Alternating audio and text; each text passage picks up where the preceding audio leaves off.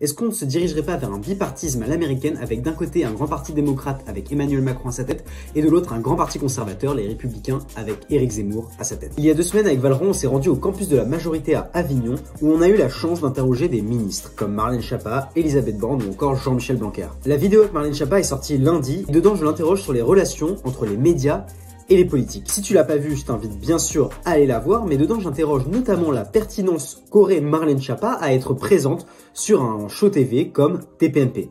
Ça veut dire quoi? C'est-à-dire qu'il faut aller chez Cyril Hanouna sur TPMP pour débattre?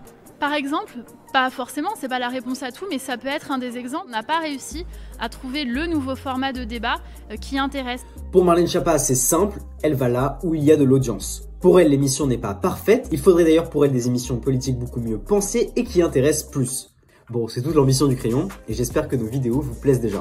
Mais cette relation entre les médias et les politiques, elle n'est pas anodine, et notamment pour En Marche. En Marche, le parti de la majorité présidentielle donc, a une relation assez particulière avec les médias. Si on peut d'ailleurs penser que Emmanuel Macron est très réticent aux médias, verrouille la manière qu'il a de communiquer, en réalité peut-être que la stratégie macroniste est plus complexe que ça et bien plus ambitieuse.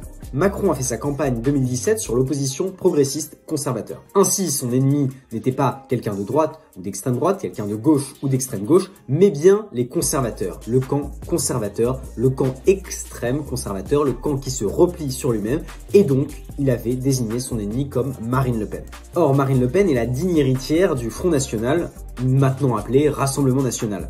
Front National qui, à chaque fois qu'il arrive au second tour des élections présidentielles, donc en 2002 et en 2017, a fait l'objet d'un front républicain contre lui, à savoir qu'il fallait voter pour Jacques Chirac en 2002 et pour Emmanuel Macron en 2017. Mais qui dit qu'il fallait voter? Eh bien, c'est la population en règle générale, relayée elle-même par les médias. Ainsi, les médias se font l'objet du camp du bien lorsqu'il s'agit d'une élection importante, ou même d'ailleurs pour les régionales ou pour les départementales, lorsqu'il y a un second tour, il y a toujours cette question du front républicain.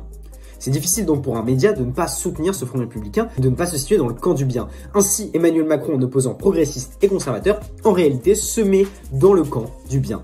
Et donc, il a tout le soutien des médias qui soutiennent ce front républicain et ce camp du bien. Bon, c'est mon analyse, je peux totalement me tromper.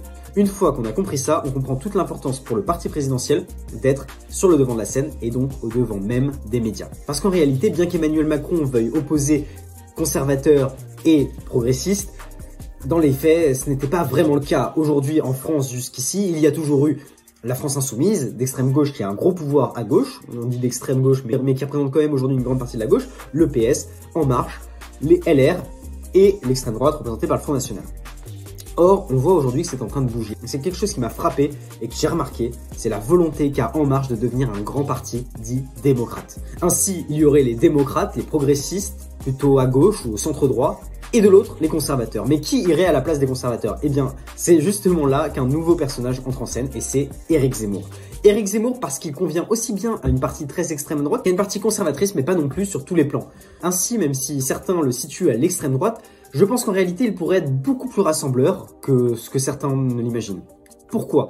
Parce qu'une partie de la population ouvrière est très pauvre en France, aujourd'hui ne se dirige plus vers l'extrême gauche, vers le Parti communiste, vers le NPA ou Lutte ouvrière ou d'autres partis qui aujourd'hui ont perdu leur influence. Aujourd'hui, ils vont beaucoup vers le Rassemblement national. Là où peut-être ils ne sont pas réellement à l'aise et où un Éric Zemmour, en fondant son propre parti, pourrait avoir cette classe ouvrière. Ainsi donc, on se rapproche plutôt d'un bipartisme à l'américaine avec d'un côté les démocrates et de l'autre les républicains. Mais alors que faire de la France insoumise, du PS, des républicains et du Front National? Bien très certainement qu'à l'issue des prochaines élections législatives, la France insoumise va se scinder en deux, avec les plus radicaux qui formeront un petit parti d'extrême gauche et les moins radicaux qui formeront la partie pour le coup la plus radicale de ce grand parti démocrate. Le PS et les LR pour le coup je pense seront totalement absorbés par ce parti démocrate. En revanche, même si Zemmour ne sera très certainement pas élu président de la République, il a de grandes chances que son parti, qu'il aura très certainement fondé avant les élections présidentielles, remporte beaucoup de sièges lors des élections législatives. Et le fait qu'il y ait un grand désintérêt pour la politique en ce moment en France favorise cette situation. En effet, comme les gens ont un gros désintérêt pour la politique, l'émergence de candidats forts comme Emmanuel Macron ou Éric Zemmour lors de ces élections présidentielles vont redonner une envie de s'intéresser à la politique. Et l'envie renaîtra aussi du fait qu'on rechangera de système, là où on avait un multipartisme, très certainement qu'on se dirige vers un bipartisme à l'américaine. Bon, après, recréer un nouvel intérêt pour la politique en créant des Joe Biden et des Trump,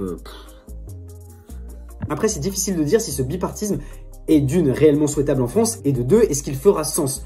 Je prends juste un exemple. On a reçu Gaspard G sur le Crayon qui a débattu face à Sarah El Haïry. Les deux se définissent comme progressistes. Et pourtant, Gaspard G critique l'action du gouvernement. En fait, on voit bien qu'il y aurait des tensions entre deux systèmes de pensée.